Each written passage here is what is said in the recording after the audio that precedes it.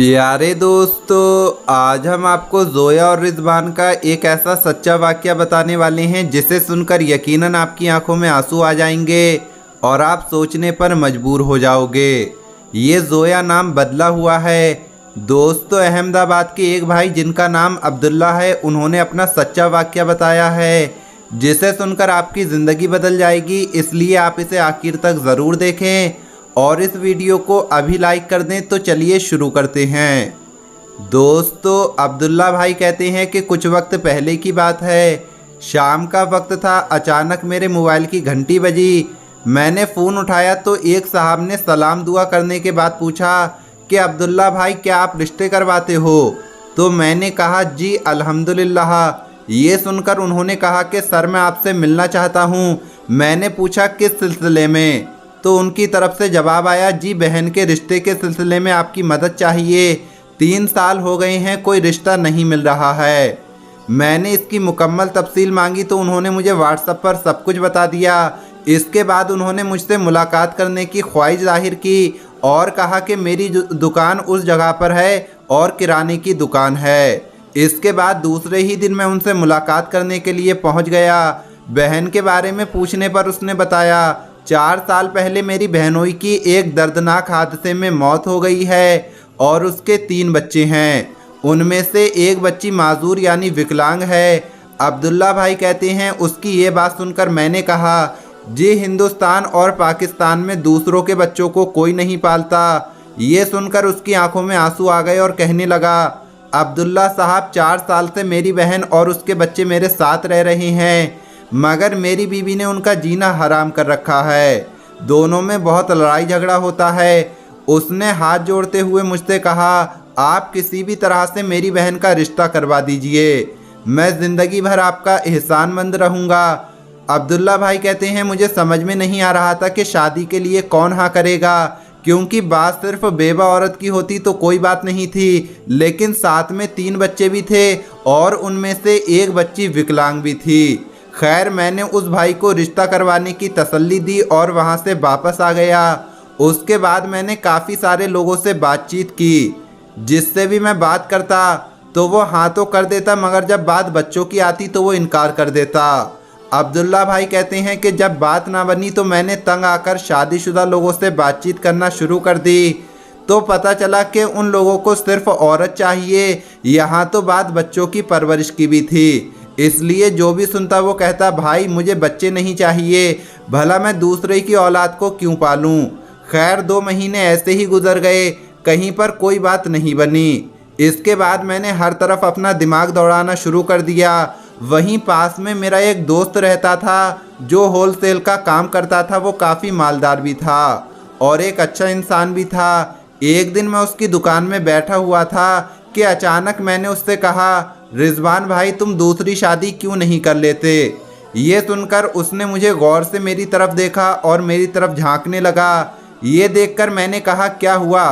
तो उन्होंने जवाब दिया, अब्दुल्ला भाई, कहीं आप नशा तो नहीं करने लगे हैं और क्यों मुझे मरवाने पर तुले हुए हो? मैंने कहा, माशाअल्लाह, आप अच्छा कमाते भी हो, अल्लाह ने आपको बहुत सारी नेमतों से भी नवाजा है। आपको ज़रूर दूसरी शादी करनी चाहिए और किसी का सहारा बनना चाहिए। लेकिन उसकी तरफ से भी मुझे मायूसी भरा जवाब मिला। खैर, उसके कुछ दिन बाद रिजवान से मेरी दोबारा मुलाकात हुई तो मैंने देखा रिजवान काफ़ी ज़्यादा मायूस लग रहा था। मैंने पूछा, क्या बात है रिजवान, क्या कुछ परेशानी है? बड़े मायूस लग रहे हो। तो ये सुनकर वो कहने लगा, यार दुकान में चोरी हो गई है, हालात बहुत ज़्यादा ख़राब हो गए हैं। मेरी बीवी भी झगड़ा करके अपने मायके चली गई है और लगातार तलाक लेने की मांग कर रही है और मेरे बच्चे भी नहीं हैं। मैंने बहुत अफसोस जाहिर किया और उसको तसल्ली दी और उससे कहने लगा, देखा रिजवान, इसलिए मैंने आपसे कहा था कि दूसरी शादी कर लो। आज अगर दूसरी बीवी होती तो तुझे तेरी पहले वाली बीवी भी छोड़कर नहीं जाती। अगर तुझे मेरी बातों पर यकीन नहीं है तो तुम दूसरी शादी करके यतीम बच्चों के सर पर हाथ रख के देखो, फिर देखना अल्लाह किस तरह तुम्हारी हर काम में मदद करता है। तुम्हारी पहले वाली बीवी भी वापस आ जाएगी और तुम्हारे घर में खुशहाली भी लौट आएगी। ये सुनकर रिजवान भाई मेरी तरफ देखकर कुछ सोचने लगे और फिर पूछा कि बच्चे कितने हैं। मैंने कहा 2 बच्चे हैं, एक बेटा और एक बेटी। अब्दुल्ला भाई कहते हैं मैं उस माजूर बच्चे का जिक्र करना भूल गया था। इसके बाद रिजवान ने कहा ठीक है आप बात करें, मैं तैयार हूँ, अल्लाह को जो भी मंजूर होगा वैसा ही होगा। मैंने उसी वक्त लड़की के भाई को फ़ोन किया और उसे शाम को ही रिजवान की दुकान पर बुला लिया। दोनों की मुलाकात करवाई। घर और कारोबार देखने के बाद लड़की के भाई ने भी हाँ कर दी। उसके बाद इन दोनों का निकाह पढ़ाया गया और जोया अपने बच्चों को लेकर रिजवान की ज़िंदगी में खुशगवार झोंके की तरह शामिल हो गई। उसके बाद रिजवान भाई का एक मकान था जो उन्होंने किराए पर दिया हुआ था, उसने उसको खाली करवा लिया और जोया को उसमें शिफ्ट कर दिया। जब इस बात के बारे में रिजवान की पहली बीवी को मालूम चला तो वो आंधी की तरह घर वापस लौट आई और घर खाली देखकर रिजवान को फ़ोन करके घर बुलाया और उसके बाद दोनों में काफ़ी नोकझोंक हुई। तो रिजवान उससे प्यार से बातें करने लगा, उसे प्यार से समझाने लगा, लेकिन जब उसकी बीवी उससे झगड़ती रही तो उसने कहा देखो बेगम, अगर इस घर में रहना है तो इज्जत के साथ रहो जिस तरह पहले रहती थी, लेकिन ये ना कहना कि जोया को छोड़ दो, ये मुमकिन नहीं है। अब उसकी बीवी ने देखा कि तीर कमान से निकल चुका है तो वो खामोश हो गई और चुपचाप घर में रहने लगी। अब रिजवान की ज़िंदगी में खुशियाँ लौट चुकी थीं। जोया ने उसकी ज़िंदगी में रंग भर दिए थे। अब उसके बच्चे शहर के बेहतरीन स्कूल में जाने लगे, लेकिन रिजवान अब भी जोया की आंखों में उदासी और मायूसी देख रहा था। उसको शक हो गया था कि कोई बात तो ज़रूर है जो जोया उससे छुपा रही है। अब्दुल्ला भाई कहते हैं उसके बाद एक दिन रिजवान मुझसे मिलने के लिए आया और जोया की उदासी का जिक्र करके कहने लगा कि जोया क्यों उदास है। तो ये सुनकर मैंने उससे कहा कि वो उदास क्यों ना हो, एक बच्ची उससे अभी भी दूर है। ये सुनकर रिजवान ने हैरानी से पूछा कि बच्ची, कैसी बच्ची? तो मैंने उसको सब कुछ बता दिया। रिजवान ये सुनकर मुझे हैरानी की नज़रों से देखने लगा। मैंने अपना सर झुका लिया और उस विकलांग बच्ची के बारे में उसको बता दिया।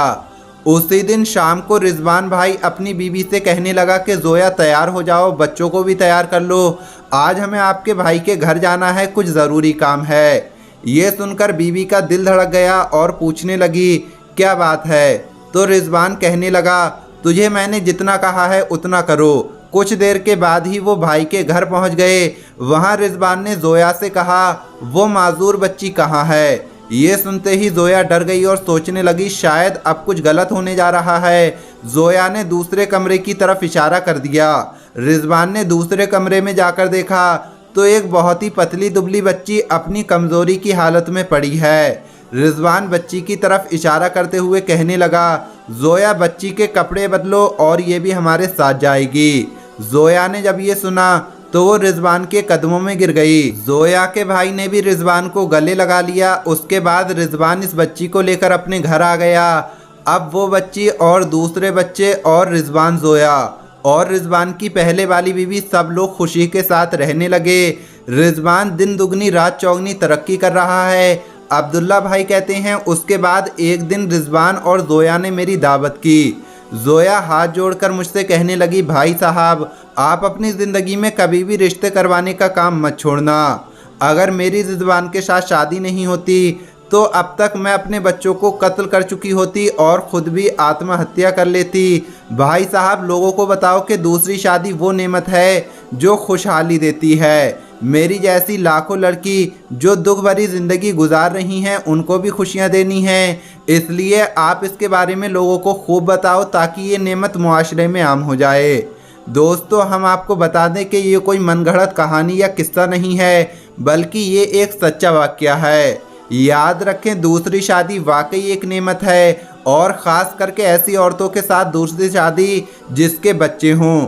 मगर बहुत अफसोस की बात है कि लोग दूसरी शादी तो करना चाहते हैं मगर उनको बच्चे नहीं चाहिए। याद रहे रिज़्क़ देने वाली ज़ात अल्लाह की है, इंसान को इसके लिए परेशान नहीं होना चाहिए, बस अपना काम करते ही रहना चाहिए। फ़िलहाल दोस्तों आज की इस वीडियो को हम यहीं पर ख़त्म करते हैं। ये वीडियो आपको कैसी लगी कमेंट बॉक्स में ज़रूर बताएं। अल्लाह हाफिज़।